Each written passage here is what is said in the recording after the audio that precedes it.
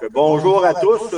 Nous sommes réunis. Compte tenu que je suis à distance et que la vice-présidente n'est pas là, je vais demander à M. Majolo Coussel, qui est dans la salle à Montjoly, de présider la réunion et je vais suivre les délibérations à partir de mon cellulaire. OK, merci Martin. Bonne route, Martin. Ça fait qu'on va commencer tout de suite. Bonjour à vous tous. Bienvenue à cette rencontre aujourd'hui. On va commencer immédiatement l'ouverture de l'Assemblée. L'ordre du jour se lit comme suit. L'ouverture de l'Assemblée, lecture et adoption de l'ordre du jour. En 3, lecture et adoption du procès-verbal du 31 mars 2026. En 4, administration et finances. 4.1, c'est état financier 2025. À 4.2, compte à payer. 4.3, compte à recevoir. 4.4, remplacement, responsabilité, collecte. En 5, la multiplateforme. 5.1, j'ai le suivi. 5.2, emprunt 06-2020. En 6, la collecte 6.1, suivi. 6.2, acquisition d'un conteneur à chargement avant de récupération résultat. En 7, le PGMR, 7.1, le suivi. 7.2, collecte des plastiques agricoles. En 8.1, synergie de Bas-Saint-Laurent, CA. 8.2, nomination secrétaire adjoint. 8.3, on le laisse ouvert. 9, lever l'Assemblée. Donc, ça prend une proposition pour accepter l'ordre du jour. Étienne Neveille et appuyé de Georges. Ça sert à rien de la regarder en salle. Ouais. Des fois, il y a rien à arriver. Il n'y a pas de votant ici. OK, on continue. Ça fait que lecture l'adoption du procès-verbal du 31 mars 2026. Je vais en faire une lecture rapide en diagonale. Je vais le partager à l'écran.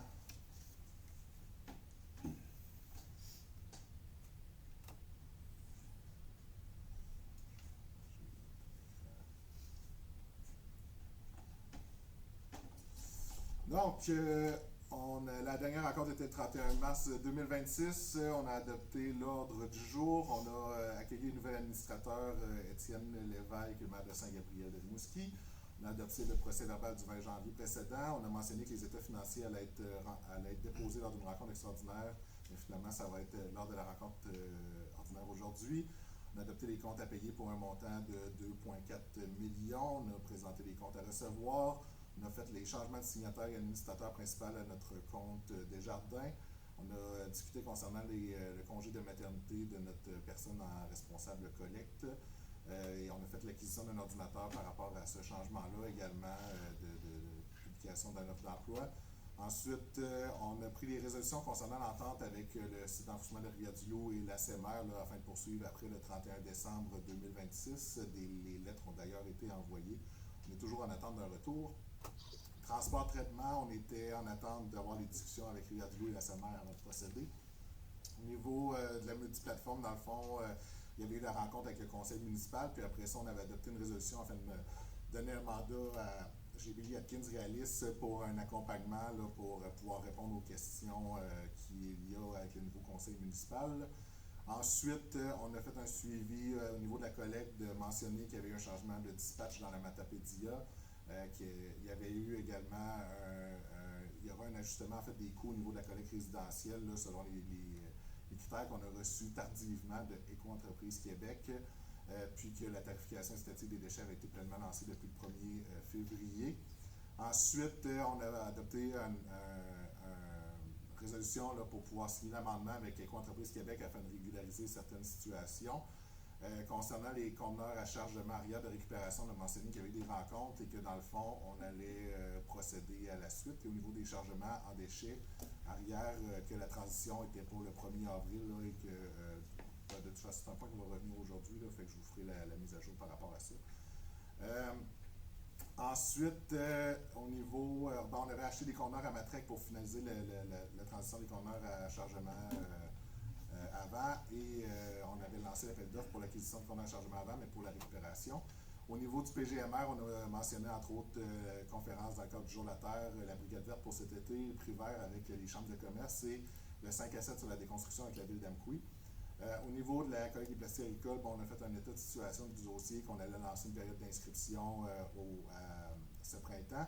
Ensuite, on a accordé un montant là, pour la friperie éphémère Métis-sur-Mer là, pour une activité de sensibilisation. Et ensuite, on a levé l'Assemblée à 10h53. C'est bien ça qui s'est passé. Oui. Ceux qui étaient présents, ça paraît une proposition pour accepter le procès verbal. Chantal. Chantal, et appuyé par Étienne. Oui, en appui, oui. Merci. Merci. Donc, on s'en va à l'administration des finances, l'État financier. Oui, je vais retourner en partage d'écran. Ce ne sera pas très long pendant que Karen. Ouais. Est-ce qu'il y en a qui voudraient avoir des copies papier ici, présent? Oui, c'est correct.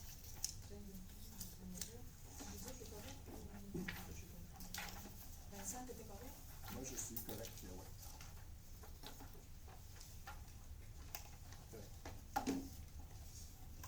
T'as-tu gardé, Vincent, mon détaillé un petit peu plus? Oui, j'ai les Ok, trois, c'est bon. j'ai les trois documents C'est pour, bon, c'est bon. pour la présentation.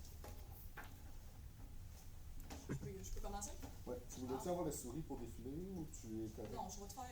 Parfait, tu vas me faire travailler. Ouais, je vais te faire travailler. Parfait. Ouais, là, c'est ça, là. Vous allez de dos. tout tourner pour. Est-ce que, juste avant de valider, est-ce que les gens en ligne, vous entendez bien Karen quand elle parle? Elle en parle pas.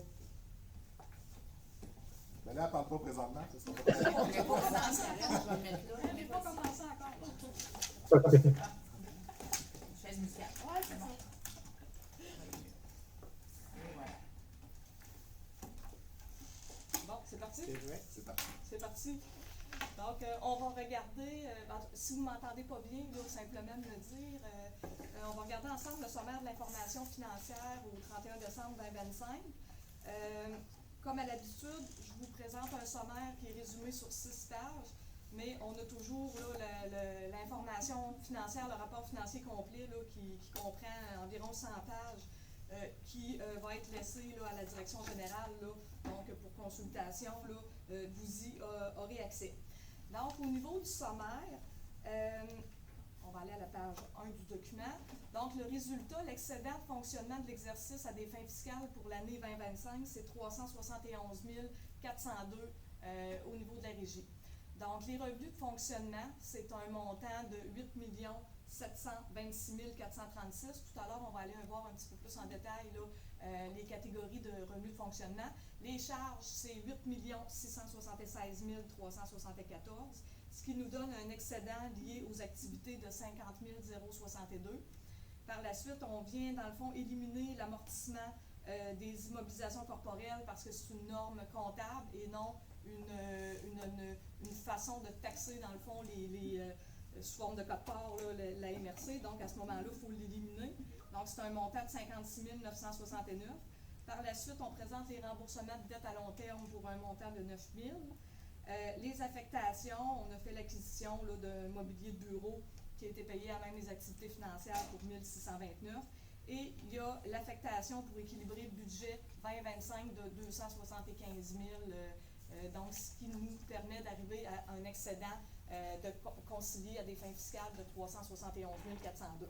Donc c'est certain que le 371 000, vous comprendrez qu'il est expliqué en grande partie par l'affectation qui a été faite au niveau du budget 2025. L'an passé, en 2024, l'excédent était de 254 000 environ, puis on avait eu là, une affectation de prise de 225 000 pour l'équilibration. Donc, je vais vous amener à la page, un petit peu ma page, je ne la vois pas, moi, c'est la page 4, j'ai pris des petites annotations, puis là, je ne la voyais pas, où on voit le détail des revenus. Oui, le sommaire des revenus descend un petit peu. Ouais. Au niveau du détaillé du sommaire, les revenus de fonctionnement, c'est des revenus de quote-part pour 6 182 609. Donc, c'est certain qu'au niveau des revenus de quote-part, avec tous les changements qu'il y a eu au niveau de la prise en charge de la collecte et transport, là, au niveau de la Métis puis Matapédia pour les municipalités, bien, les quote-parts ont augmenté comme c'était prévu au budget. Donc, on est à 6 182 609 comparé à 3 451 516 en 2024.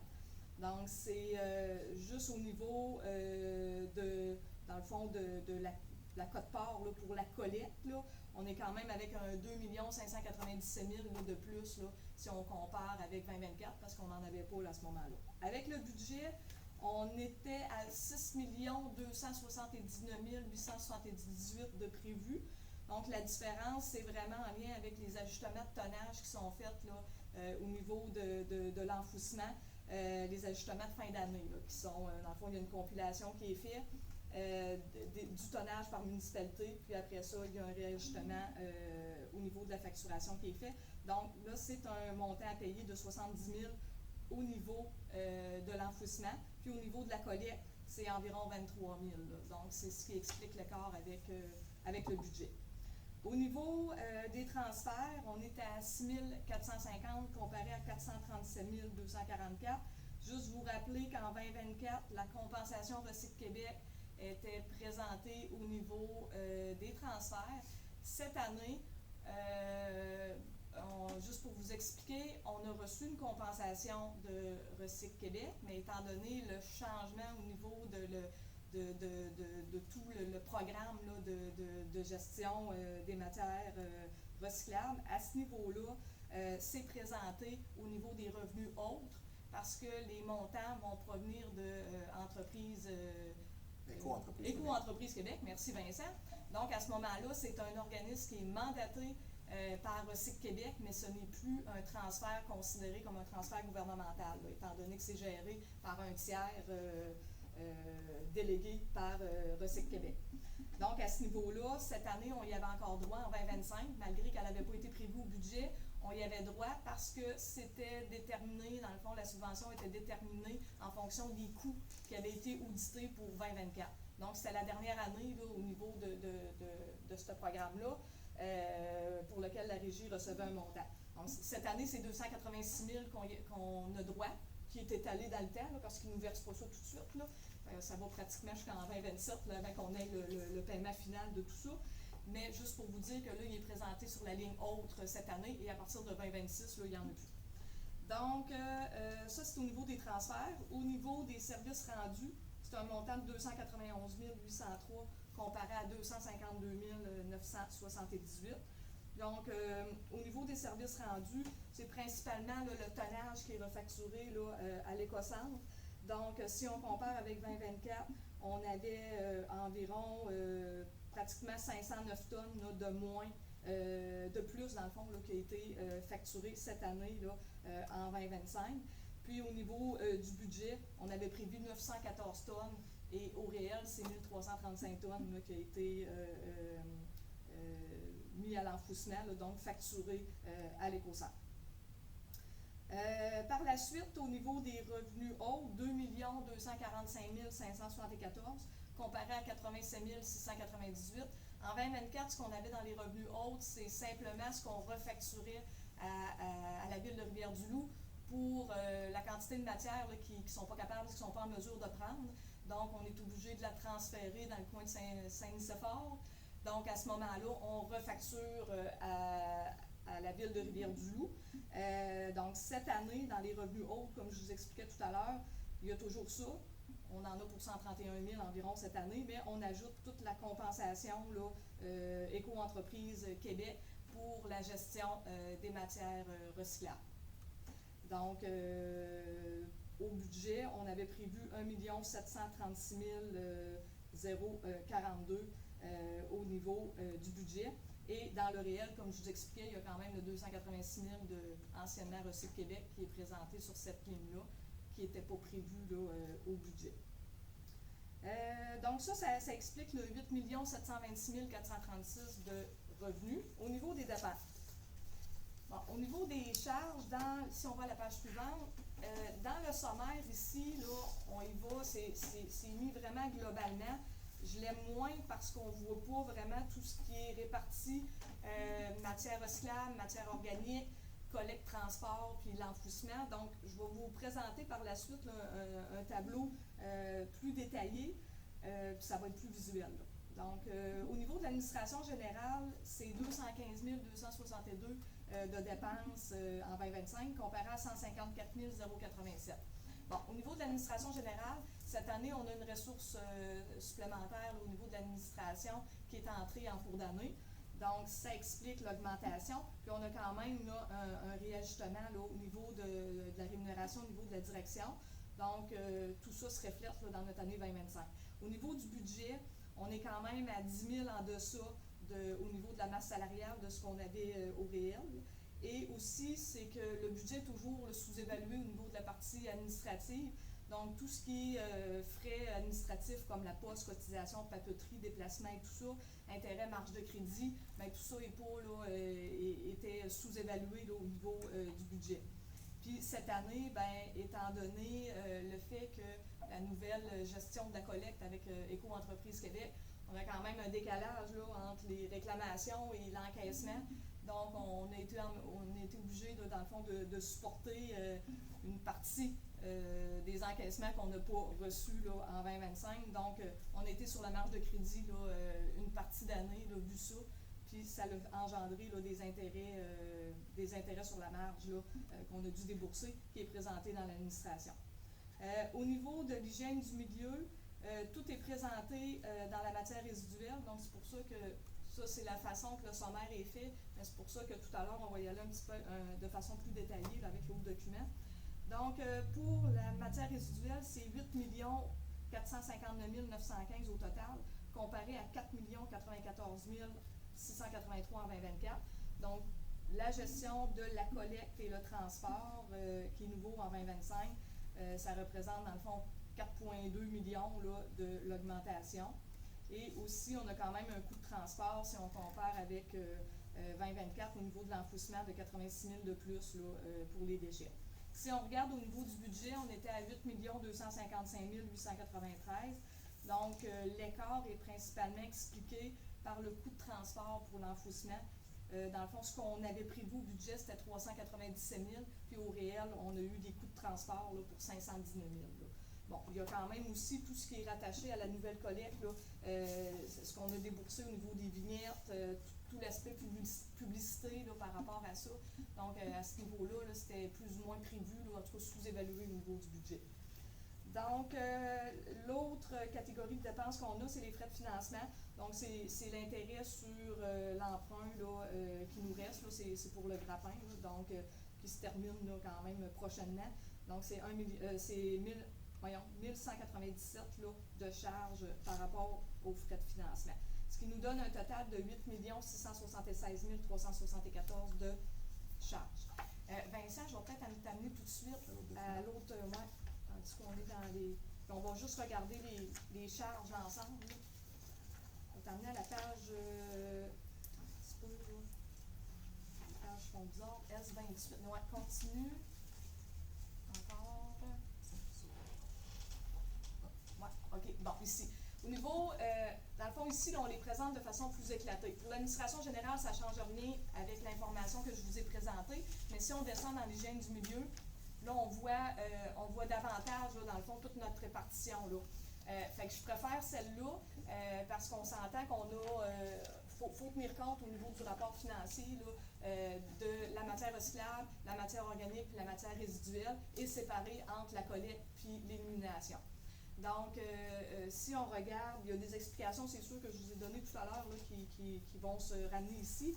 Mais au niveau des matières résiduelles, la collecte et transport, on est à 2 542 343 comparé à 465 789 en 2024. Donc, c'est sûr que c'est toujours les mêmes explications. La prise en charge de la collecte a amené, là, c'est certain, là, la dépense supplémentaire qui est environ à 1 895 000 pour la matière résiduelle, qui n'était pas là en 2024.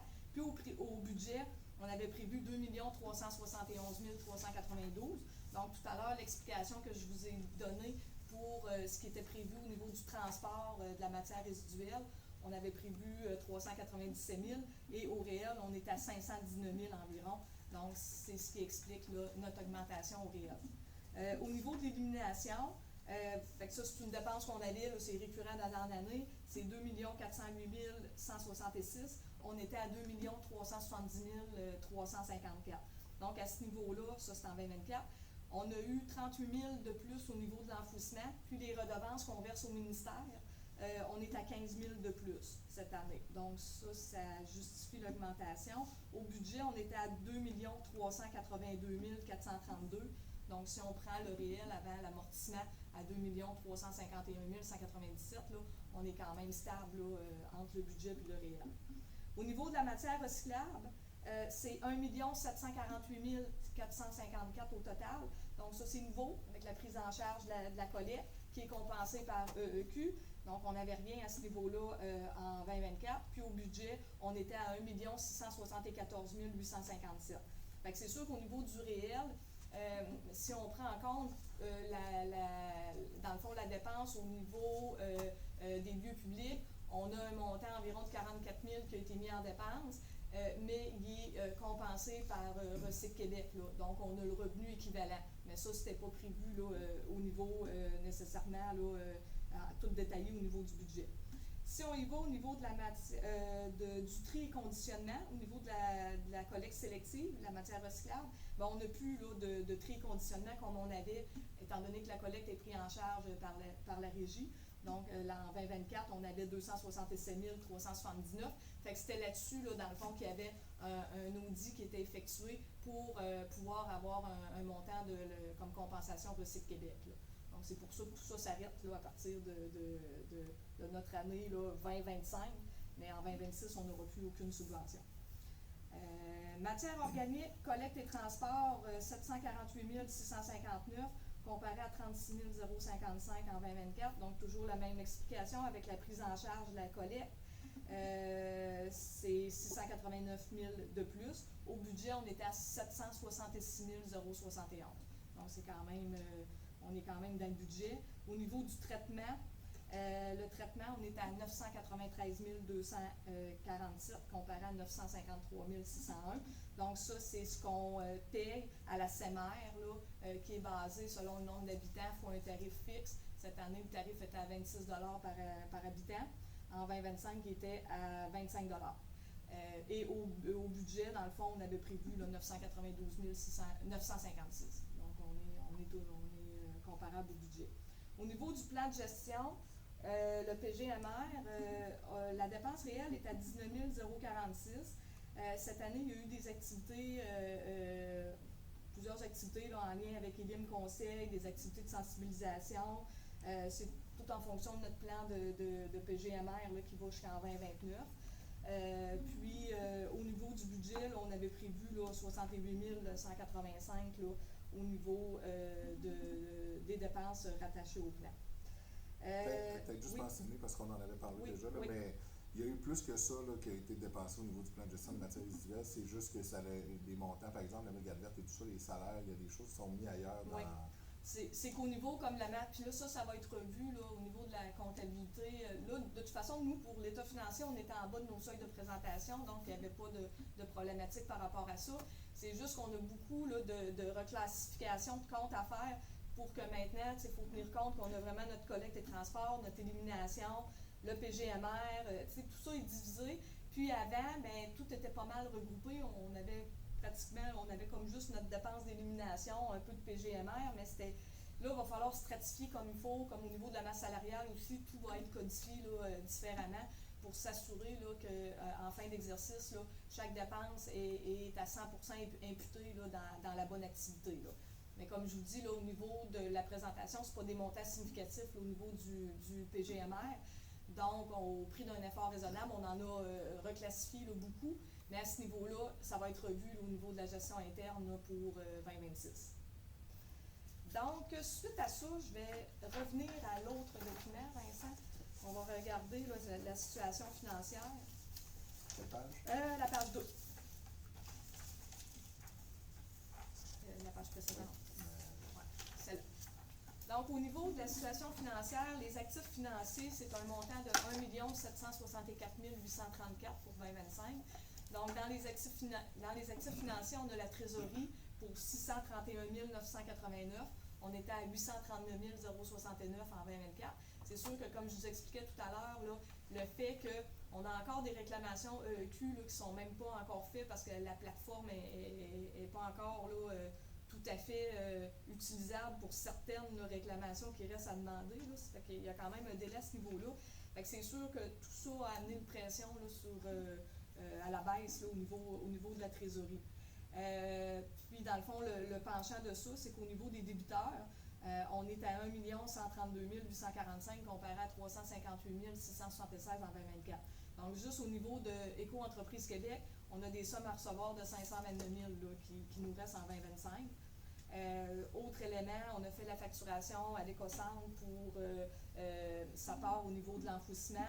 Elle a été faite en fin d'année. Donc, habituellement, elle est faite plus tôt. Les sommes sont encaissées. L'autre, 31 décembre, ce n'était pas encore encaissé, puis c'était une facturation de 255 000 là. Donc, ça explique l'écart avec 2024. Au niveau des passifs, c'est l'emprunt temporaire pour le site de la plateforme. Donc, on est à 983 740 au niveau de la marge de crédit de l'emprunt temporaire. Donc, ça n'a pas bougé là, avec 2024. Créditeurs et charges à payer, 1 19 832 comparé à 471 493. Donc, à ce niveau-là, en fin d'année, on a des comptes à payer à GFL Matric là, de 426 000. On a 75 000 d'ajustement de tonnage à payer. Tout à l'heure, je vous en parlais. Au niveau de la collecte de matière, on a 24 000 à payer là, aux municipalités en date du 31 décembre. 25 000 aussi pour une étude d'optimisation là, en fin d'année. Et donc, ça englobe là, ces éléments-là. Dans les comptes à payer, dans le fond, c'est vraiment les fournisseurs en fin d'année, les salaires à payer, s'il y a des vacances à payer, temps supplémentaire à payer, les remises à payer, là, les remises gouvernementales. Donc, ça englobe tout ça. Au niveau de la dette à long terme, c'est 19 351 comparé à 28 351 en 2024. Donc, ça nous donne une dette nette de 258 089, donc nos actifs financiers moins nos passifs. Et on vient, dans le fond, contrebalancer avec l'effet des actifs non financiers. Donc, c'est des immobilisations corporelles pour 1 872 184. La variation, là, principalement, c'est les dépenses qu'on a fait là, pour la poursuite là, des activités de la phase préliminaire là, au niveau de la plateforme. Et les dépenses, les actifs financiers non financiers autres, 23 774, c'est principalement là, les assurances payées d'avance au 31 décembre. Donc, tout ça nous donne un excédent accumulé de 1 637 869. À la page suivante, on va regarder la répartition de l'excédent. Ce qui est excédent de fonctionnement qui est non affecté, donc qui peut servir aux imprévus, c'est un montant de 1 057 584. Par la suite, ce qui est d'excédent de fonctionnement affecté, il y a une résolution qui a été prise au niveau du budget pour prendre une affectation de 50 000 pour équilibrer la partie de la matière organique en 2026, donc 50 000. Et par la suite, c'est tout ce qui est en lien avec les investissements, donc le financement de projets en cours, 1 322 548. Donc ça, c'est notre projet de plateforme qui n'est pas encore financé là, permanent. Donc, on est en financement de projet en cours. Et l'investissement net dans les immobilisations, donc c'est la valeur nette des immobilisations qui ne sont pas là, financées par subvention.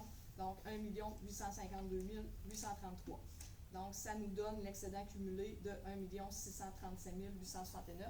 Mais l'excédent, là, vraiment, là, le surplus libre là, qui peut être utilisé ou pour des imprévus, là, c'est 1 057 584. Donc, moi, ça ferait le tour des éléments. Si vous avez des questions, commentaires. Oui, mais là, j'avais une question, moi. Premièrement, la présentation très claire. Le prénom de la présentatrice chez Mallette, c'est? Karen Jean. Karen, enchantée. Ma question va vers Vincent. C'est 2025, la délégation de pouvoir des municipalités vers la régie, c'est ça? Dans le fond, en 2024, même peut-être même 2023, là, il y a eu la déclaration de compétences des MRC. Puis après ça, il y a eu le mandat de donner à la régie. C'était comme en 2000, ouais, c'était dans ces zones, c'était plus 2024, là, mais le début que la régie s'est mise à s'occuper de la collecte, c'est au 1er janvier 2025. Fantastique, fait que je comprends. En tout cas, pour ce qui est du travail budgétaire, le CA avant, en tout cas, on fait un bon travail. Moi, je suis vraiment satisfait. J'avais une question au niveau des services rendus pour Karen ou pour Vincent, là. C'est-à-dire, moi, je suis nouveau, je viens d'arriver, là, mais on parle de tonnage refacturé à l'éco-centre. Je veux juste comprendre la logique pour que ça devienne un revenu à la régie. C'est que ça se trouve dans le fond, par exemple, l'éco-centre de Métis, lorsqu'ils vont porter les déchets du côté du dôme de transbordement, ou sinon au niveau des contracteurs aussi. Les contracteurs passent par l'éco-centre, sont facturés par l'éco-centre, puis après ça, même s'ils vont dans le dôme de déchets, puis après ça, c'est refacturé. La régie refacture l'éco-centre pour les déchets entrant dans le dôme. Fait que c'est pour ça qu'il y a une facturation qui se fait. Là. C'est les tonnages de l'éco-centre et les tonnages des contracteurs, dans le fond, qui transigent par la transaction entre l'éco-centre et la régie. Fait que ce qui est en code part, c'est tout ce qui vient des municipalités, puis ce qui est en service rendu, c'est du contracteur ou de l'éco-centre. Exactement. Merci beaucoup. Je n'avais pas d'autres questions. Autre question? Donc, J'ai peut-être un autre élément, moi, avant lorsqu'on fait l'audit, on regarde toujours, là, on fait toujours un travail au niveau du contrôle interne qui est fait. Il y a toujours des fois des communications. Ben, je fais souvent une lettre d'observation, mais souvent pour les éléments à moindre importance, ce que je fais principalement, c'est qu'on a une discussion là, directe avec la direction, puis ça s'arrête là parce qu'on le sait que ça va être mis en place là, quand même rapidement. Là, cette année, il y avait quand même un élément particulier, c'est qu'étant donné que la MRC a pris, dans le fond, un peu de distance avec la régie, dans le sens que les contrôles qui étaient faits là, antérieurement au niveau de l'information financière par les représentants de la MRC, ben, cette année, ça a été délaissé pour X raisons. L'objectif, c'était vraiment, on a une direction, là, dans le fond, avec Vincent, là, au niveau de la régie. Donc, à ce moment-là, les contrôles doivent être transférés, là, dans le fond, à la direction. Puis c'est sûr qu'il y a une refonte à faire à ce niveau-là. Comme tout le monde le sait, là, que Judith, au niveau des finances de la MRC, ne sera plus en poste. Donc, à ce moment-là, on a une refonte à faire là, au niveau de tout ça. Et il y avait quand même une zone grise parce que la secrétaire trésorière adjointe était Judith au niveau de la régie. Donc, à ce moment-là, là, dans le fond, tout ça va être dissocié. Et dans le fond, tout est retourné, là, excuse-moi Vincent, entre les mains de la direction générale. Donc à ce moment-là, on a quand même, j'ai pris le temps de faire un document qui est beaucoup plus explicatif. Là, c'est un projet qui est présenté à l'écran, là. Mais dans le fond, j'ai regardé point par point là, avec Vincent. Puis également, Vincent veut aller plus loin par rapport à ça là, pour qu'il y ait vraiment un document de politique et procédure pour vraiment là, que dans le fond, chacun connaisse les responsabilités, c'est quoi les contrôles qui sont mis en place. Puis tout ça, ce n'est pas pour alourdir le travail de Vincent, c'est pour le mettre à l'intérieur de son cadre de gestion. Et justement, sûrement qu'il y a des choses qui vont se faire en même temps qui fait d'autres choses et tout ça va passer là, quand même facilement. Puis ça va faciliter aussi le travail de fin d'exercice là, parce que nous, on a toujours une responsabilité là, à aller valider dans le fond le contrôle interne qui est fait là, au niveau de la direction. Il faut aller vraiment valider la conception de ces contrôles-là. Donc à ce niveau-là, on a fait un tour. Je ne vous passerai pas avec vous l'entièreté de cette lettre-là, mais cette lettre-là va être déposée, dans le fond, à Vincent, va être remise. Donc, si vous voulez, dans le cadre d'un CA ultérieur aussi, là, prendre connaissance plus en détail de tout ça, mais je peux quand même là, vous cibler certains points là, plus généraux. Ça a déjà été déposé. Ah, ça a déjà été déposé, donc, bon. Ben, ils peuvent le voir au complet s'ils veulent. Ça fait qu'à ce moment-là, ce que je vous dirais, prenez le temps de le regarder. Puis comme je vous disais tout à l'heure, il y a quand même une refonte qui va être faite au niveau de toute la structure budgétaire, au niveau des postes financiers, des postes comptables, vu que là, la régie, on s'entend que là, on est ailleurs là, au niveau de toutes les fonctions là, qu'on a à gérer. Donc, c'est beaucoup plus gros. Vous le voyez avec les chiffres aussi, là, c'est très peu comparable avec les années passées. Donc, il y a une restructuration à faire là, au niveau des postes budgétaires. Puis, tout ça va être fait là, dans le fond en cours d'année. Puis, à ce moment-là, ben, nous autres, moi, je suis toujours ouvert. Si Vincent là, a besoin de ma collaboration là, pour élaborer tout ça, de toute façon, on va se reparler. Là. Ça fait que je voulais juste faire un aparté là, par rapport à ça. Puis si vous avez des questions là, par rapport aux documents, là, vous pouvez passer par Vincent ou Vincent peut vous donner mes coordonnées aussi au bureau. Là, fait que soyez à l'aise là, si vous avez besoin de me parler. Donc, c'est à peu près ça. Merci, Karine. Je pense que c'est assez clair, très clair ce que tu expliques. Donc, ça prend une résolution pour accepter les états financiers. Pardon? Effectivement. Donc, ça prend une proposition pour accepter les états financiers qui ont été déposés aujourd'hui. Donc, j'ai proposé par Georges, Georges et appuyé de Étienne. Étienne. Qui nous emmène, Ben, on peut dire merci à Karen. Fait que, merci beaucoup, Karen. Exposé. Bon, ben, merci beaucoup. Merci, Karen. Merci. Il nous emmène au compte à payer. Oui, compte à payer, dans le fond, c'est les documents que vous aviez reçus par courriel.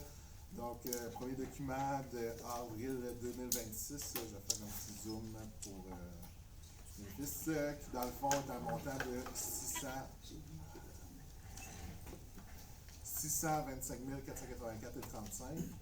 Donc, je ne sais pas si vous avez, je sais qu'il y en a d'entre vous qui ont posé des questions au moment où ça a été envoyé par courriel. Là. Je ne sais pas si vous avez des questions pour aujourd'hui.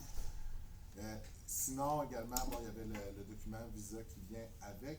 Là, j'y vais très rapidement. Vous les aviez tous reçus. Et sinon, l'autre document qui est pour mai 2026, qui est d'un montant de 1 489 067,58. Que une grosse partie, là, c'est lié à la collecte et à la SEMER. Là, et également les acquisitions de conteneurs là, dans ça, là, les conteneurs liés au projet là, de transition dans la Matapédia. Avec le visa, dans le fond, qui est là. Ça fait que les dépenses vous avez été envoyées. Ouais, Donc, 600 quelque chose et un point, près d'1,5 million. Question? Moi, Non? Tout est je- bon? Donc, ça prend une proposition pour accepter les comptes à payer. Chantal, Chantal. Et appuyé de Étienne, moi j'avais posé des questions en ligne, j'ai eu mes réponses. Merci Vincent.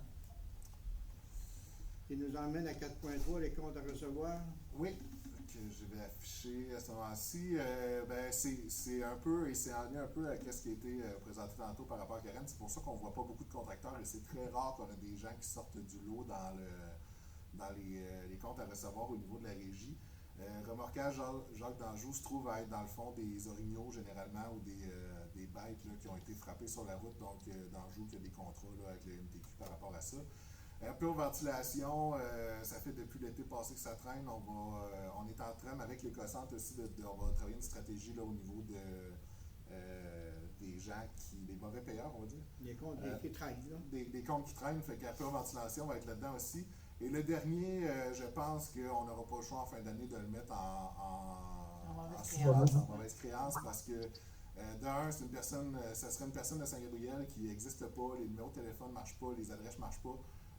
C'est quelqu'un qui a réussi à en passer une petite vite à un nouvel employé qui était à la balance, malheureusement. Fait que au moins c'est pas un gros montant, mais c'est ça. Fait que je ne pense pas qu'on va être capable de revoir près de 55 $. Là. Une chance, c'est pas un gros montant, non? Non, effectivement. Mais c'est ça. En tout cas, ça nous a coûté 55 $ pour que la personne à la balance retienne la leçon. OK. Pas de questions là-dessus, donc ça va prendre notre Moi, position. je fais dépôt. Fait dépôt, OK, Ouais. c'est bon. En cas de remplacement responsable collecte, Oui, ça n'est pas très long. Je place les choses. Donc, on avait mentionné dans le fond que notre collègue Camille Côté, qui est responsable de la collecte, va partir en congé de maternité à la mi-août. On a publié les offres d'emploi du 2 avril au 3 mai. On a reçu 19 CV. On a fait, après analyse, on avait 5 qui répondaient suffisamment aux critères pour être convoqués en entrevue, mais il y en a une de ces 5-là qui s'est trouvé un autre emploi. Puis suite aux entrevues, dans le fond, on a sélectionné, c'est Stéphanie Cormier, ancienne directrice générale, entre autres à Sainte-Florence, et qui a d'autres choses à son actif, donc qui allait pouvoir bien reprendre ça, là, être présentement aux études là, en enseignement professionnel. Donc, ça fitait bien aussi là, pour remplacement de congé de maternité pendant une période de temps d'environ 1 an. On n'adoptera pas de résolution aujourd'hui. La résolution va être prise la prochaine fois parce qu'il nous manque encore des petits détails à mettre au niveau de ça, là, entre autres sa date d'entrée en fonction et tous les détails liés aux échelons et tout ça. Mais c'était pour vous le mentionner, là, on a trouvé quelqu'un, fait qu'on va être correct pour ça. L'embauche va suivre dans pas longtemps. Le quoi? L'embauche, je veux dire. L'embauche, c'est ça, c'est juste qu'on a manqué de temps pour planifier adéquatement la date d'entrée en fonction, mais ça va être quelque part en juin. Là. OK, c'est bon. OK, ce qui nous emmène en 5, la multiplateforme. Oui, petit suivi de ce côté-là, dans le fond, c'est qu'on avait rencontré la municipalité de Saint-Moïse en janvier. On avait eu un retour, d'eux qui voulaient continuer à tenir des rencontres et on avait à ce moment-là entériné chez B. Atkins Réaliste, on l'a vu tantôt au procès-verbal pour la prochaine rencontre. Fait qu'on est toujours dans les démarches là, de se rendre vers la deuxième rencontre avec Saint-Moïse. Donc, c'est là qu'on en est. Il n'y a pas eu cette fameuse deuxième rencontre-là encore. On espère tenir ça en juin. OK. Ça fait parler du suivi. L'emprunt 5.2, Oui. l'emprunt de 06-2020. Oui, qu'on a vu également tantôt dans la présentation des états financiers, c'est que cet emprunt-là, lié aux études, qui concerne les études liées au projet de multiplateforme, dans le fond, venait à échéance le 30 novembre dernier. Là, dans tout le tumulte des changements au niveau administratif, ça s'est tombé en 2 chaises, là, mais Desjardins Entreprises nous a relancé en disant écoutez, si vous voulez continuer ce prêt-là en temporaire, vous devez nous envoyer une résolution par rapport à ça. Présentement, il nous manque encore à faire le BAP, qui a des montants d'argent qui vont être liés au BAP, là, dans le fond, parce que juste l'inscription au BAP, c'est un montant d'argent qu'il faut payer, puis en plus de l'accompagnement et de tout ça. Donc, à ce moment-là, ce qui serait recommandé, c'est de prendre une résolution là, pour prolonger l'emprunt. Au début, dans les documents que j'ai envoyés, j'avais mis le 31 mars, mais je pense que le 31 décembre serait suffisant, considérant aussi, on l'a vu tantôt, là, dans les surplus non affectés, on a quand même des montants d'argent là, qui fait aussi qu'on serait capable d'absorber certaines dépenses, là, puis que comme ça, on n'aurait pas les intérêts liés à ces dépenses-là. Fait qu'en même temps, en mettant ça au 31 décembre, ça nous permettrait d'avoir une bonne vue d'ensemble à la fin de l'année de comment est-ce qu'on traite ce prêt-là. Fait que c'est de prendre une résolution là, qui nous permettrait d'aller jusqu'au 31 décembre. Puis la dernière rencontre en fin d'année, là, on regardera les états financiers, puis on regardera comment est-ce qu'on traite la suite des choses. Exactement, on verra comment est-ce qu'on traite la suite des choses. C'est bon. Donc, ça prend une résolution pour ça. Georges, Georges, y appuyé de Chantal. 6, la collecte en suivi. Oui, là, vous me dites si je vais trop vite, hein? J'aime ça parler vite, là. Dans le suivi lié à la collecte, dans le fond, au niveau du plan de réduction de la contamination, c'est qu'on a reçu la lettre d'Éco-Entreprise Québec parce que dans le cadre de l'entente avec Éco-Entreprise Québec, on aura à faire un plan de réduction de la contamination. Donc, on a un suivi des tonnages et de la contamination qu'on a au centre de tri. Au niveau des tonnages, on est à 4090 tonnes en 2025. On parle d'une diminution d'1,9%, qui pour moi n'est pas surprenante là, dans le contexte économique et démographique de notre région. Là. Et ce qui est intéressant par contre, c'est qu'on a un taux de contamination de 9%, comparativement à la moyenne québécoise qui est de 13%. Donc on a un taux de contamination qui est inférieur à la moyenne québécoise. Ça veut dire que nos gens qui participent au Bac Bleu participent bien. Fait que ça, c'est une bonne nouvelle. Restera quand même qu'on devra faire un plan de réduction de la contamination parce que c'est prévu à l'entente et ce qui sera à voir, par contre, c'est qu'est-ce que ça va donner. Et il y a des montants prévus à ça, c'est que dans le fond, via l'entente, il y a un montant de 1,53$ par unité d'occupation qui est prévu pour la mise en place d'actions et de mesures liées à la réduction de la contamination. Ça représente environ 30 000$. Et eux, quand ils parlent d'action, c'est par exemple faire de l'information générale, c'est visé. On a déjà une compensation pour ça, ce n'est pas ça. C'est vraiment eux parlent entre autres de services d'inspection, par exemple, on reçoit le message de dire que telle compagnie à quelque part, son bac est souvent contaminé, le fait d'aller sur place, voir la contamination, de faire le constat et de faire des actions pour réduire la contamination dans un lieu spécifique, ça fait partie des actions qui sont couvertes par ça, par les mesures de ça.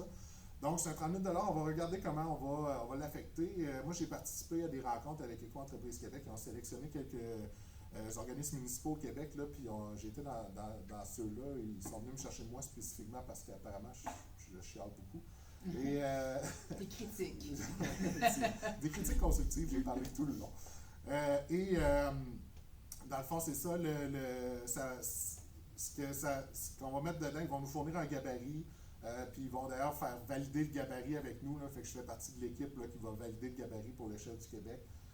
Fait que on va s'assurer que ça va être quelque chose qui n'est pas trop lourd non plus. Mais c'est comme un 30 000 $ de plus qu'on va avoir pour la mission de... Tu sais, en bout de ligne, quand on réduit la contamination, souvent, on en profite au passage. On ne va pas juste parler du bac bleu là, quand on sera sur place. Là. On va parler du bac brun, on va parler des efforts de réduction des déchets. Fait que ça va être jumelé à ça. On va voir comment qu'on va travailler avec ça, mais c'est un montant d'argent supplémentaire qui est lié à l'entente et qui est lié à un plan d'action qu'on va devoir mettre en œuvre. Mais moi, je me dis à 9% comparativement à 13%, on n'est probablement pas dans ceux qui vont être le plus demandés de faire un effort de ce côté-là. Fait qu'on verra comment on l'applique, là, parce que 30 000 $ aussi, on ne va pas si loin que ça avec ça. C'est pas, on n'engage pas un inspecteur à l'année avec ça. Non, on va en manquer. Question? Ouais. Oui. Est-ce qu'il y a des éléments de contamination qui ont été avancés? Non, parce que dans le fond, c'est ça qui est plaisant avec ça, c'est que j'ai aucune idée c'est où. Je n'ai même pas la différence entre le résidentiel et le commercial. J'ai même pas la différence entre la Matapédia et la Métis. J'ai même pas de différence dans les saisons.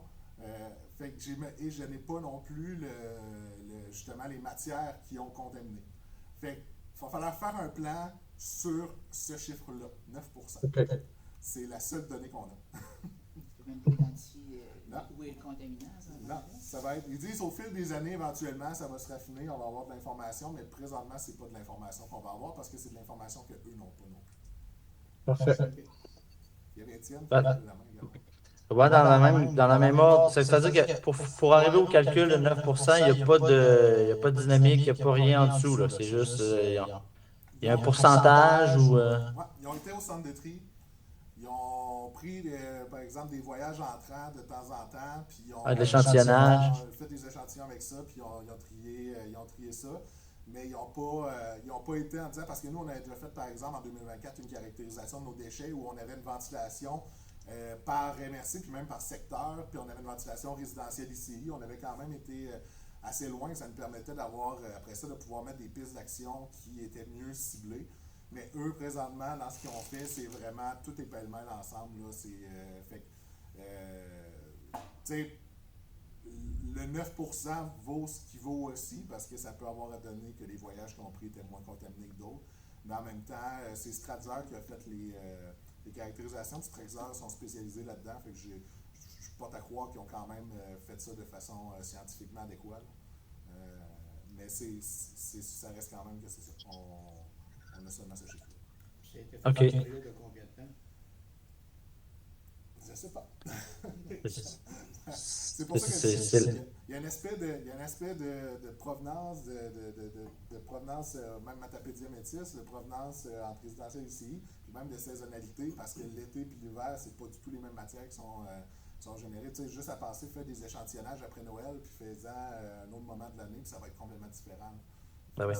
C'est ça un peu l'enjeu là-dedans, mais ça n'enlève pas le plan de réduction de la contamination qu'il faut faire, puis des mesures qui vont être affectées à ça, puis le montant d'argent de compensation qui vient avec. J'ai une question pour le critique constructif. Le plan de contamination, c'est défini par qui? Par nous? C'est défini par, dans le fond, c'est que, et là, c'est là qu'il y a l'autre partie qui est intéressante là-dedans, c'est que Éco-entreprise Québec vont fournir un gabarit dans le courant de l'automne, après qu'on ait fait le budget. Donc, ça va être entériné par Éco-entreprise Québec et on va devoir l'entériner aussi après avoir fait le budget. Ce qui, dans notre cas, moi, j'ai pas trop d'inquiétude, mais dans plein d'autres situations, ça va être problématique à l'échelle du Québec. Ça, je leur ai fait part de cette critique constructive-là. dans le fond, c'est ça. Fait qu'il va falloir, nous, qu'on prévoit au budget des mesures qui n'auront même pas été entérinées par Éco-entreprise Québec. Donc, Étienne est déconnecté. Mais c'est ça. Fait qu'on va devoir entériner des mesures. On va devoir entériner au budget des montants d'argent. Probablement qu'on va laisser une espèce de liberté à ce montant-là. Je ne sais pas trop comment qu'on va faire ça parce que, comme je disais, le montant, le plan va être entériné par Éco-entreprise Québec après le budget. Donc, il va falloir voir comment est-ce qu'on travaille avec ce fait-là. Pardon, merci pour la réponse. Désolé pour le petit bug. Puis nous, dans l'équipe, on a-tu quelqu'un de mandaté pour ça ou ça va venir? On va, dans le fond, pour la personne qui va rentrer en fonction pour remplacer Camille va travailler là-dessus, là, plus que ça a rapport aux collectes. Ça va être Dans ses tâches. Merci. Dans les autres points par rapport à la collecte, dans les autres choses, les lieux publics extérieurs, tantôt, ça a été mentionné brièvement, là, mais dans le fond, présentement, il y a 24 000 que les municipalités vont chercher là, pour des lieux publics extérieurs. C'est-à-dire que, par exemple, lorsque votre municipalité, vos employés municipaux vont chercher des bacs bleus dans des lieux publics extérieurs, dans des parcs et autres, nous, on est capable d'aller chercher un montant pour ça qui est compensé par Éco-entreprise Québec. Certaines municipalités ont été chercher ce montant-là en 2024. On avait fait des demandes aux municipalités, puis beaucoup n'avaient pas répondu. Et on a dû travailler avec ça. Je pense qu'il y a encore de l'argent qu'on pourrait aller chercher là, dans les municipalités. Je pense entre autres à Montjoly, là, qui n'est pas dans la liste et qui a pourtant des lieux publics extérieurs. Et, à titre d'exemple, Amqui va chercher 22 000 en remboursement pour 2025. Fait que je pense que c'est de l'argent qui existe, qui ne demande pas un énorme effort. On fournit déjà une grille de calcul qui est assez simple. Ça nous prend juste le nombre de lieux publics et à quelle fréquence sont ramassés. Fait que là, ça, Éco-entreprise Québec pour 2025 n'était pas ouvert à réouvrir le nombre qu'il y avait sur le territoire, mais là, ils ont montré une ouverture. Fait que là, nous, on veut prendre la porte, puis on veut ouvrir la porte, puis aller chercher l'information auprès des municipalités pour pouvoir justement. C'est de l'argent qui est disponible pour les municipalités locales. Là. Fait qu'on veut aller chercher cet argent-là là, au niveau des lieux publics extérieurs. Fait que c'est pour vous mentionner qu'il va y avoir des communications prochainement à ce niveau-là. Puis c'est un 24 000, Vincent, maximum? Non, c'est que présentement, on va chercher 24 000, mais on pourrait aller chercher plus. Puis plus qu'il y en a, plus qu'on peut aller en chercher. Fait que c'est pas, il n'y a pas un plafond. C'est juste qu'il faut dans le fond, il faut démontrer que le travail est fait. Là. Mais par exemple, dans les parcs à Saint-Gabriel, si les employés municipaux s'en vont ramasser les bacs bleus dans les parcs, mais il faut que ce soit extérieur. Fait que dans l'aréna, par exemple, ça ne fonctionne pas. C'est vraiment extérieur. Parfait. Puis ça va être une correspondance vers les municipalités. Oui, exactement. Et dernier petit point au niveau de la collecte dans les suivis, c'est au niveau de la transition des conteneurs. Il faut mentionner que la transition des conteneurs à chargement arrière vers avant dans les déchets est maintenant complétée. Il a fallu y retourner 2 fois. Là, on a eu des enjeux avec le ferrailleur qui ramassait les vieux conteneurs qui n'étaient pas assez rapides pour les ramasser. Fait que là, les gens continuaient à mettre des déchets dans les conteneurs. Ça a été un bordel, cette affaire-là. Mais là, on a réussi à prendre le dessus. Il reste encore des conteneurs que les gens n'ont pas l'air d'avoir fait la transition qui était en location. Là, on commence à avoir des appels pour ceux-là, mais on leur dit, écoutez, tout bad, c'était le 1er avril, nous, après ça, c'est votre responsabilité par rapport à ça. Maintenant, on a fait des communications, on a envoyé des lettres, on a envoyé des communiqués de presse, on a tout fait. Mais maintenant, quand les gens ne font pas leur suivi par rapport à. C'est quoi le volume à peu près là, qui les récalcitrants? Là, il resterait 1 ou 2 conteneurs. On a eu un appel, par exemple, on a eu un appel hier. Selon nous, il resterait 1 ou 2 conteneurs, mais il en restait une vingtaine là, pour notre dernière run de collecte qu'on a fait début mai.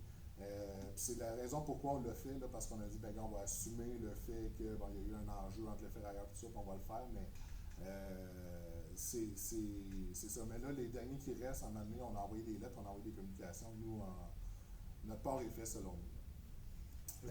Et le dernier petit point concernant les conteneurs de récupération, il y a des communications qui vont partir sous peu. On vise la date du 5 octobre comme date que la transition est complétée. Fait que on s'enligne là-dessus. Voilà. C'est beau. Oui. Il y a des questions. Là. Pas d'autres questions là-dessus? OK. Mais dans 6, la question de conteneurs, c'est-tu... le 6.2, c'est lié à ça, c'est lié au conteneur de récupération. Fait que c'est réglé pour ça? Il faut faire une résolution, mais il faut que je présente le point avant. OK. Au niveau de l'acquisition des conteneurs de récupération, comme je viens de le mentionner, on vise toujours le 5 octobre pour cette transition-là. Il y a 142 conteneurs de récupération qui sont visés, mais il y en a 26 là-dedans qui sont admissibles à une compensation Éco-entreprise Québec. parce que c'est des immeubles à logement de 19 logements et moins ou des écoles. Fait qu'on sera capable, pour 26 conteneurs sur le territoire, à faire la transition et s'en occuper nous-mêmes, là, sans qu'il y ait de coûts à défrayer. On va défrayer les coûts, mais on va se faire rembourser. Donc, pour les conteneurs restants, et pour ça, ce qui avait été pris comme décision, c'est de dire, on va faire un appel d'offres pour les acquisitions des conteneurs et pour pouvoir envoyer une lettre aux entrepreneurs, aux entreprises, aux ICI, en disant, vous avez jusqu'au 5 octobre pour faire la transition. Vous avez le choix, vous vous en occupez vous-même. Pour ceux qui sont dans location, vous en parlez avec votre fournisseur. Ou sinon, la régie peut vous le fournir on va vous facturer le montant. Et là, on faisait l'appel d'offres pour aller chercher le montant du coût du conteneur. Donc, d'où pourquoi on a lancé un appel d'offres qui s'est fait du 9 avril au 27 avril. On a eu 2 soumissions qui sont Service Gauvin et Vileco, qui sont les mêmes qui avaient soumissionné l'automne passé là, pour les conteneurs à déchets. La soumission la plus basse, les deux sont conformes, la soumission la plus basse, c'est Vileco. Qu'on avait eu quand même un service adéquat, c'était pas exceptionnel, mais on avait eu un service adéquat là, pour la transition au niveau des déchets. Le petit point qu'on a enlevé là, dans l'appel d'offres, c'est que là, on va s'occuper de récupérer les vieux conteneurs quand on ne veut plus avoir plein d'intervenants. On va dire on va travailler avec le ferrailleur puis le collecteur directement. On a enlevé ça de l'appel d'offres. Fait que dans le fond, les montants sont pour Vileco, c'est 494 760,42. C'est le montant maximal. Dans le fond, on faisait l'appel d'offres en disant voici le montant maximal, et après ça, dans le fond, c'est écrit dans l'appel d'offres, on va lui fournir pour le 1er juillet prochain le nombre de conteneurs exact et la localisation des conteneurs. Dans la communication, ça va être ceux qui veulent, vous avez jusqu'à la fin juin pour nous envoyer votre information concernant si vous voulez que la régie s'en occupe, et à partir de ce moment-là, nous, on pourra faire affaire avec l'entreprise. Mais pour les 26 unités, les 26 conteneurs, minimalement, pour la compensation avec l'entreprise Québec, c'est à 62 660. Donc, il y a minimalement ça. Puis la chose que je voulais regarder avec ça aussi, là, c'est qu'il y avait des conteneurs, il y avait 3 conteneurs en location présentement qu'on loue à Matrec, puis de voir si on ne fait pas juste profiter de ça pour acheter 3 conteneurs, les mettre à ces endroits-là, puis comme ça on élimine la logistique de demander un remboursement à chaque trimestre pour la location, puis on demande un seul remboursement pour une acquisition, puis c'est réglé, puis c'est réglé ad vitam. Donc, Vincent? Oui. Vincent, ça revient à combien du conteneur? Je l'ai dans... Laisse-moi 2 secondes. Je vais juste prendre la bonne soumission dans mon information. C'est environ, en moyenne, 2500. On va dire ça, là, 2600 pour les plus gros, puis 2300 pour les plus petits. Merci. Ce qui est dans les prix qu'on s'attendait aussi. Juste mentionner, là, on n'est pas là. Même, c'est ça, même Gauvin était surpris que Vileco ait pu soumissionner plus bas, parce que Gauvin avait soumissionné très bas aussi. Fait qu'on a eu des bons prix là, pour ça. Là. Mais en même temps, c'est pour des bons prix pour quelque chose que soit on va facturer le commerce, ou soit on va se faire rembourser par les recus. Là. Fait qu'on n'a pas un si gros gain que ça à avoir des bons prix, mais au moins on a eu des prix qui sont adéquats. Il n'y a pas eu de mauvaise surprise. Il n'y a pas eu de mauvaise surprise, effectivement. OK. À ce moment-là, il y aura à faire une résolution, dans le fond, pour octroyer le contrat de fourniture des conteneurs de récupération et chargement avant à Vileco là, pour un montant de 494 760,42. OK. Ça prend une proposition. Étienne? Et puis, Opposé. Georges. Georges. C'est bon. En 7, le PGMR suivi. Oui. Au niveau du PGMR, premier suivi au niveau de la Brigade verte, qui finalement, on avait fait des relances dans la Matapédia, on a fait aller nos contacts pour essayer de trouver des gens, mais on n'a eu aucune personne pour faire la Brigade verte dans la Matapédia encore cette année. Là, on est déjà en train de penser à notre stratégie pour l'année prochaine, là, mais on n'aime pas ça et on ne trouve pas ça normal. Donc, on va encore fonctionner cette année avec 3 personnes de la Métis qui vont se déplacer sur l'ensemble du territoire. On avait 2 personnes qui revenaient, fait que déjà en partant, ça vient, il y a de la formation de moins à faire. Là. Il y a 2 personnes qui revenaient, puis l'autre personne, c'est une nouvelle personne. On fera une résolution là, pour entériner l'embauche de ces 3 personnes-là, mais dans le fond, la Brigade verte, on va axer principalement là, sur les événements, puis l'inspection des bacs là, bleus et bruns, là, puis on veut mettre des autocollants sur des bacs qui va montrer comme qu'est-ce qu'il va dedans. Tout ça, c'est des affaires qui vont pouvoir durer longtemps dans le temps. Puis avec des billets de courtoisie. Puis en même temps, avec le plan de réduction de la contamination en vertu des Entreprises Québec, là, ça va nous permettre de se mettre la main là, sur si jamais éventuellement dans le temps, il faut faire des services d'inspection dans des secteurs et tout ça. Là, fait qu'on tranquillement pas vite, on va travailler là-dessus. Fait que la brigade verte serait principalement pour ça cet été. Là. Puis des fois, s'il y a des demandes là, au niveau des terrains de jeu et autres. Là. Fait que, il y aura une résolution à prendre, là, j'y reviendrai à la fin pour la résolution. Deuxième point de suivi au niveau du festival M-Tater, mentionner qu'il va y avoir un café réparation là, qu'on organise avec la corderie de la Matapédia le 7 juin prochain du côté de Val-Brillant. Fait que si vous êtes intéressé, la brigade verte va être sur place. Au niveau des événements, il y a un guide d'accompagnement pour les événements, puis le prêt des îlots de tri qui va être lancé. Probablement cette semaine, là, le communiqué était prêt vendredi, là, puis il y a des petits changements qu'il y avait à faire, là, mais ça va être lancé cette semaine. Là, fait que dans le fond, ça va être un guide, là, puis même avec le guide, là, quand il y a des événements, ils vont être capables de calculer combien de bacs ça leur prend, combien ils pensent générer de matière et tout ça. Là, il y a un calculateur qui vient avec ça. Caroline a travaillé là-dessus, là, ça va être vraiment intéressant. Puis les îlots de tri, dans le fond, sont stationnés présentement dans les écocentres. Fait que il y en a à l'écocentre de Métis, puis il y en a à l'écocentre d'Amqui. Fait que pour les événements, ça va être là quand ça va pouvoir être emprunté. Puis parallèlement à ça, là, le dernier morceau qui manque pour les événements, là, les kits de vaisselle réutilisables là, sont en développement.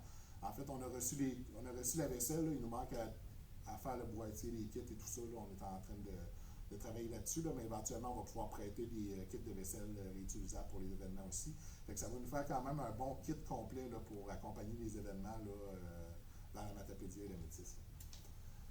Puis, le dernier petit point avant de faire la résolution, c'est Emporte-moi, qui dans le fond, c'est la MRC d'Avignon qui a présenté un projet qui s'appelle Emporte-moi à Rimouski. C'est un projet qui consiste à avoir une liste de restaurants, de cantines et autres là, qui permettent l'utilisation de contenants extérieurs. Par exemple, vous allez vous acheter une poutine et vous amener un plat Tupperware pour votre poutine et autres. Là, ça permet à faire de la réduction à la source. Puis, dans le fond, c'est qu'il y en a qui le font déjà, que tu peux, mais ils ne s'affichent pas. Ils ne sont pas listés nulle part, sont pas. Et donc, ce qu'on veut faire, en fait, la MRC d'Avignon, on dit, ben eux, ils ont lancé ça, puis on dit, ben on aimerait ça qu'il y ait d'autres MRC autour qui embarquent, surtout dans le tour de Gaspésie, vu que ça peut beaucoup s'adresser aux touristes aussi, là, puis au niveau citoyen. Donc, de dire avoir tout le monde un peu le même logo, puis un peu la même chose, fait qu'on trouvait l'idée intéressante là, par rapport à ça, fait qu'on a dit, ça s'accorde avec les objectifs du PGMR, fait qu'on voudrait que le Matapédia ou la Métis, on embarque là-dedans aussi, là. Puis d'aller voir de toute façon, Caroline devait faire une tournée de ces restaurants-là et de ces cantines-là au niveau du bac bleu. Fait qu'en même temps, au niveau du bac brun, donc en même temps, elle pourrait vendre ça, puis comme ça, ben, il y aurait par exemple un autocollant d'affiché, hey, emporte-moi, puis nanana, puis on pourrait mettre sur notre site web de la régie quelque chose par rapport à ça. Puis, fait que là, on est en train de développer ça, là, mais on a trouvé l'idée intéressante. Là, puis, on sait qu'il y avait déjà la MRC du Rocher-Percé qui embarquait. Là, fait qu'on serait déjà beaucoup d'MRC là, dans le début de la loupe de la Gaspésie là, à participer à ça. Ça deviendrait intéressant par rapport à ça. Fait que voilà pour le PGR. Oui, Étienne? Pour ce qui est, ce que je comprends, c'est que ça tombe dans la cour de la Brigade verte, emporte-moi? En fait, c'est notre conseillère en gestion des matières résiduelles qui va s'occuper de ça. Puis, pourquoi c'est dans le point de la Brigade verte? Non, c'est dans le point PGMR. C'est juste que là, cet été, beaucoup de points ont rapport à la Brigade verte pour cet été, évidemment, là, mais là, celui-là, c'est un point PGMR général. Pardon, excusez-moi, merci. Moi, je trouve ça vraiment intéressant. Emporte-moi, là, t'amènes tes ustensiles, t'amènes ton Tupperware, puis tu remplis ta poutine. Je trouve ça vraiment intéressant d'y aller. Pour ce qui est du guide d'îlot de tri, je pense au festival. Là. Moi, je suis impliqué là-dedans, à Saint-Gabriel, mais pour avoir accès à ça, l'emprunter, puis avoir le guide, je communique avec la responsable. Ça va être avec Caroline, mais on envoie des communications cette semaine, là, fait que ça va tout va être bien détaillé dedans. Je vais patienter, parfait. Mais oui, puis d'ailleurs, dans le guide, il y a des photos du Festival Country de Saint-Gabriel, fait que ça fait partie. Yes! Ça l'a donné comme ça, fait que ça ferait bien qu'il utilise l'autre aussi. Absolument. Fait que, il resterait à prendre la résolution, dans le fond, pour entériner l'embauche pour la Brigade verte là, de Laurence Détonque à l'échelon 2, Alicia Sirois à l'échelon 2 et Alicia Bouchard à l'échelon 1. OK. Qui propose, c'est Chantal. Chantal. Et appuyé par Georges. Pas Georges, je suis Étienne. Oui, Étienne, merci. OK, ce qui nous emmène à la collecte des plastiques agricoles. Oui, c'est un petit point de suivi pour les jeunes de la Métis. Ça va être redondant parce que je l'ai présenté au conseil de MRC, là, mais au niveau de l'inscription de la... Je vais partager l'écran parce qu'il y a un tableau...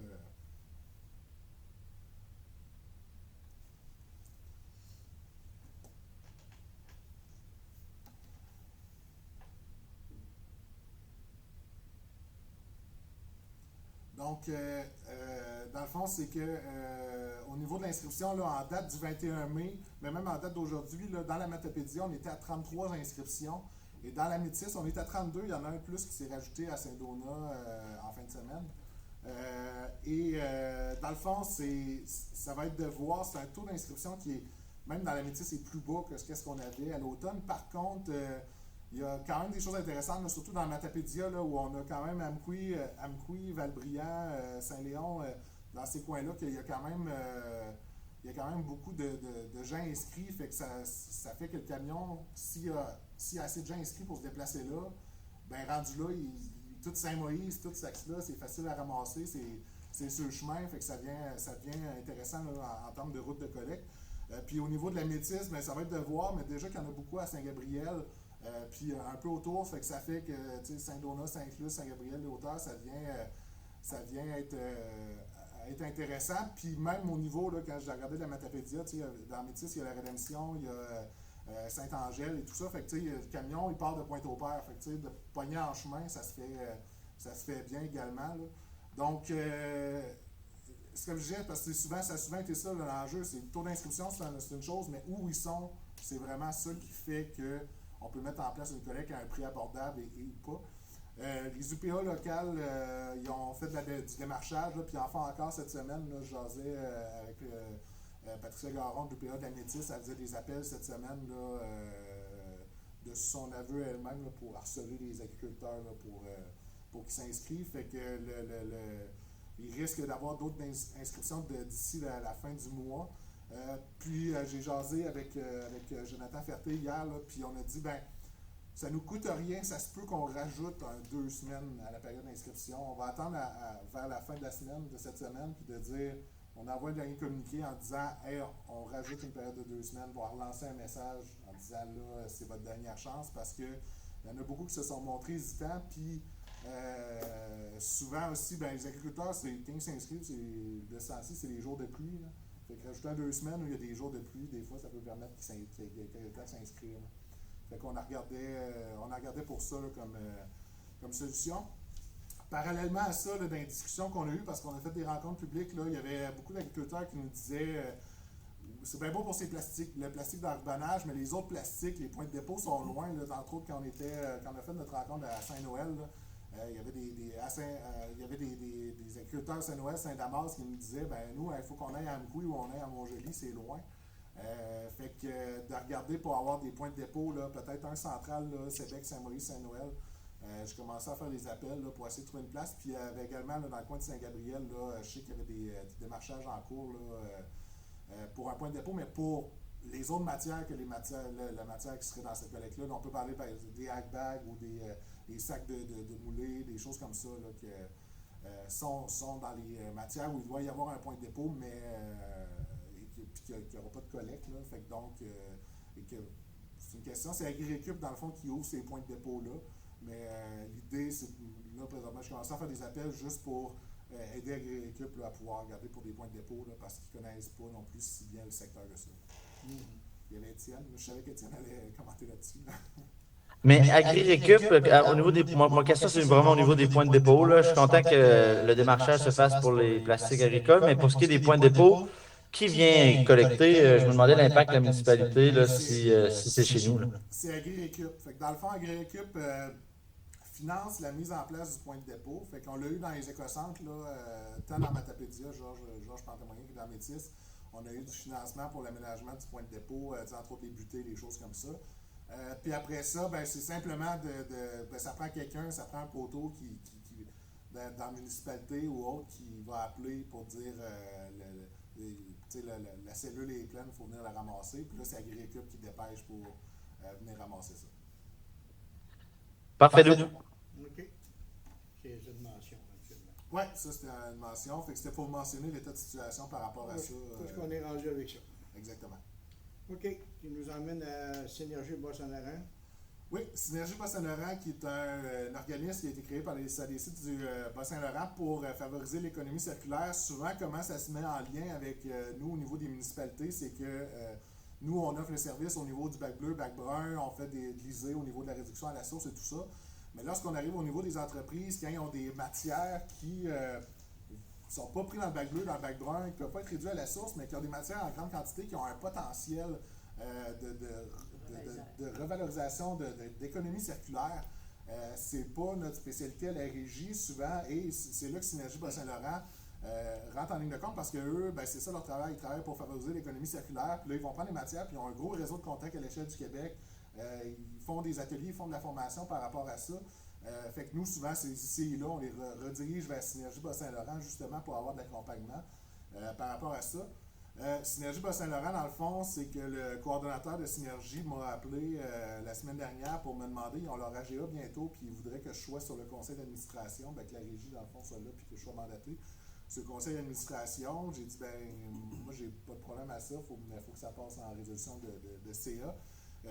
Ce serait avantageux aussi là, parce que ça permettrait de s'assurer que les orientations de Synergie fit bien aussi avec les orientations municipales, puis sont moins connaissants de ce qui se passe à l'échelle du Québec aussi en gestion des matières résiduelles, contrairement à nous qui sont dedans au niveau de réglementaire et au niveau de ce qui se passe au provincial. Fait que ça permettrait ça. Puis au niveau présentement, comme représentant municipal sur le conseil d'administration, il y a Solange Morneau qui est mairesse de Saint-Pascal. Fait que ça viendrait ajouter ça. Le seul bémol que je mettais là-dedans, c'est qu'on a déjà mandaté Synergie Bas-Saint-Laurent dans le passé pour des études, tant au niveau de la régie que des MRC. Fait que ça peut être conflictuel, ça. Faudra faire attention. Mais c'est le seul bémol que je mettais là-dedans par rapport à ça. Là. On en a pas mal moins, là, puis on n'en a pas à venir, là, mais c'est le genre de choses qui n'est pas impossible. OK. Fait à ce moment-là, et si vous le voulez, on pourrait prendre une résolution dans le fond pour que la régie dépose sa candidature pour un siège sur le conseil d'administration de Synergie Bas-Saint-Laurent puis que je sois mandaté comme représentant de la régie. C'est bon. Donc, sur proposition, qui propose? Ben, j'aurais une question, une petite lumière qui allume, là, considérant qu'on pourrait demander des mandats, on pourrait être et fournisseur et sur le conseil d'administration. C'est juste qu'il faudrait se retirer de la décision lorsque la demande vient de la régie, quoi. Exactement. J'ai énormément l'habitude de ce genre de situation-là. Donc, le soulever le conflit d'intérêt puis sortir de là. Exactement. OK, dans ce cas-là, ça me va. Puis si ça devient trop conflictuel ou autre, on va juste se retirer tout simplement du conseil d'administration. Démissionner du CA. Ouais. OK. Moi, je propose ça. Proposé par Étienne et appuyé par Secondé, Georges. Georges.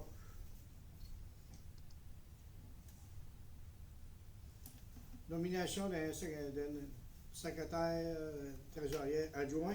Oui, ça vient un peu avec les discussions que Karen a mentionnées tantôt au niveau des états financiers. Là, ça faisait partie d'ailleurs des constatations là, du document que vous aviez, là, si vous l'avez lu. Dans le fond, c'est que présentement, secrétaire trésorière adjointe, c'est Judith Garon. Il y a deux choses là-dedans. De un, on a repris la gestion de la comptabilité à l'interne de la régie. Fait que déjà d'avoir quelqu'un d'externe comme secrétaire trésorière adjoint, c'est un peu étrange, mais en plus, Judith va quitter en juillet, donc évidemment, faudra faire de toute façon une renomination. Fait que ce qui est proposé, c'est de nommer Jennifer Smith, là, qui est notre commis comptable adjoint administratif, là, comme secrétaire trésorière adjointe, pour pouvoir, tout ce qui est lié, là, on parlait